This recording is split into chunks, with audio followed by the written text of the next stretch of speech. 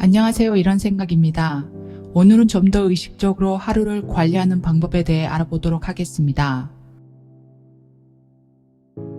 오늘의 생각들을 되짚어 보았습니다. 배고픈데 뭘 먹을까? 점심이랑 저녁은 어떻게 할까? 오늘 뭐 하지? 책을 읽을까? 넷플릭스를 볼까? 그냥 산책이나 할까? 산책 겸 사려던 것들을 구경 좀 해봐야겠다. 친구들은 뭐 하고 있지? 그러다가 전화를 걸고 수다를 떨고 먹고 마십니다. 나는 무엇 할까, 무엇 살까 이것들로 내 하루를 채우고 있었습니다. 거기에 뺄 셈은 없습니다. 모든 것은 꽉 채워지고 무거워진 몸과 정신은 새벽까지 쉬지 않고 주워 담은 가십과 정보들의 무게에 짓눌려 잠이 듭니다. 하루의 대부분은 선택의 연속입니다. 여러 가지 선택지 중에 가장 만족할 만한 것을 거의 반사적으로 선택합니다. 사실 의식적인 선택은 거의 없습니다. 의식적인 죄책감만이 자존심을 살짝 상하게 할 뿐이죠. 하루는 그저 무의식적인 행동의 반복이었습니다. 그걸 선택이라고 할 수 있을까요? 내 의지는 뭔지 모를 무의식에 기대어 자존심을 잃은 지 오래였으니까요. 과학자들에 의하면 인간의 행동은 95%의 무의식이 지배한다고 합니다. 그것을 바꿀 수는 없을까?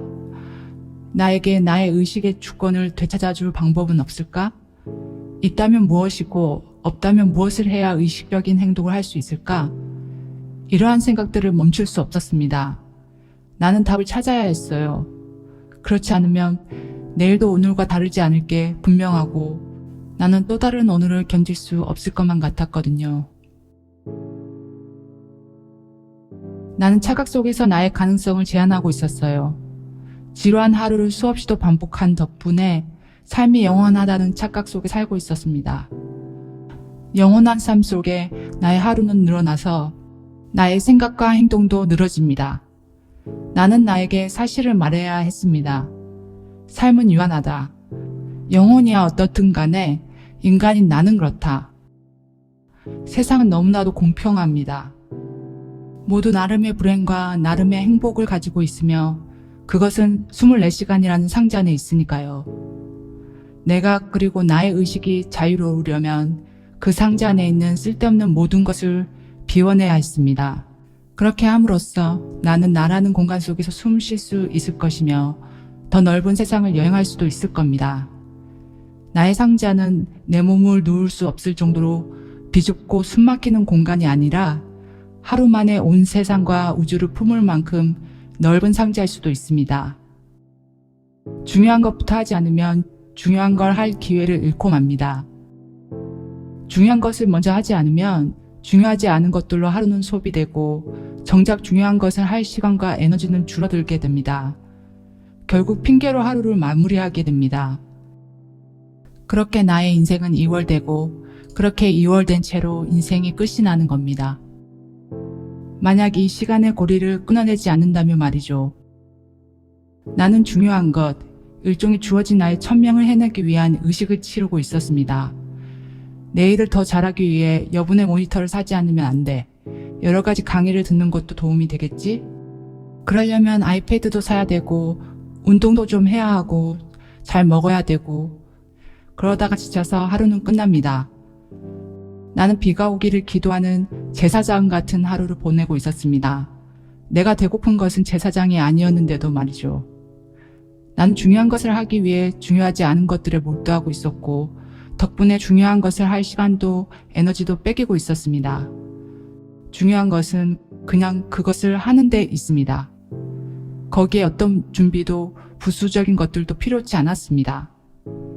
모든 것의 핵심은 그냥 하는 것, 그리고 꾸준히 하는 것, 이것이 다입니다. 이것도 나의 한계를 받아들였기에 가능했던 깨달음이었습니다. 나에겐 24시간만이 주어졌고 내 몸은 내가 영원히 거주할 수 없는 임시거처일 뿐이고 한 공간에서 하나의 일밖에는 제대로 할 수 없다는 냉정하지만 거부할 수 없는 진실을 말이죠. 덧셈의 혼란에서 뺄셈의 자유로운 세상으로 향합니다. 나에게 더 가까이 다가가기 위해서는 공간이 필요했습니다. 내 목표와 나, 단둘이 있기 위해서 잡동사니들을 치워야 했습니다. 온갖 핑계와 후회와 기대와 걱정들을 비워내야 했습니다. 5%밖에 안 되는 나의 소중한 의식을 돕기 위해 주변의 환경부터 비우기로 했습니다. 나의 물건들에는 나의 후회와 그리움과 기대와 연민과 죄책감마저 들어있었습니다. 나는 물건이라는 가면을 쓴 과거와 미래의 혼란들로 사로잡혀 있었습니다. 내가 매일같이 쓰는 나의 분신 같은 물건들을 남기고 거의 대부분을 버렸습니다. 아직 남은 약간의 기대는 버릴 수 없어서 남겨두었습니다. 나의 근사한 미래를 함께할지도 모르는 설렘을 간직한 것들은 남겨두었습니다. 언젠가 현재의 나와 함께하는 것만으로도 충분해서 미래에 대한 어떤 덧셈도 필요하지 않을 때까지만 그것들을 남겨두기로 합니다. 그리고 그렇게 되기를 빌어봅니다.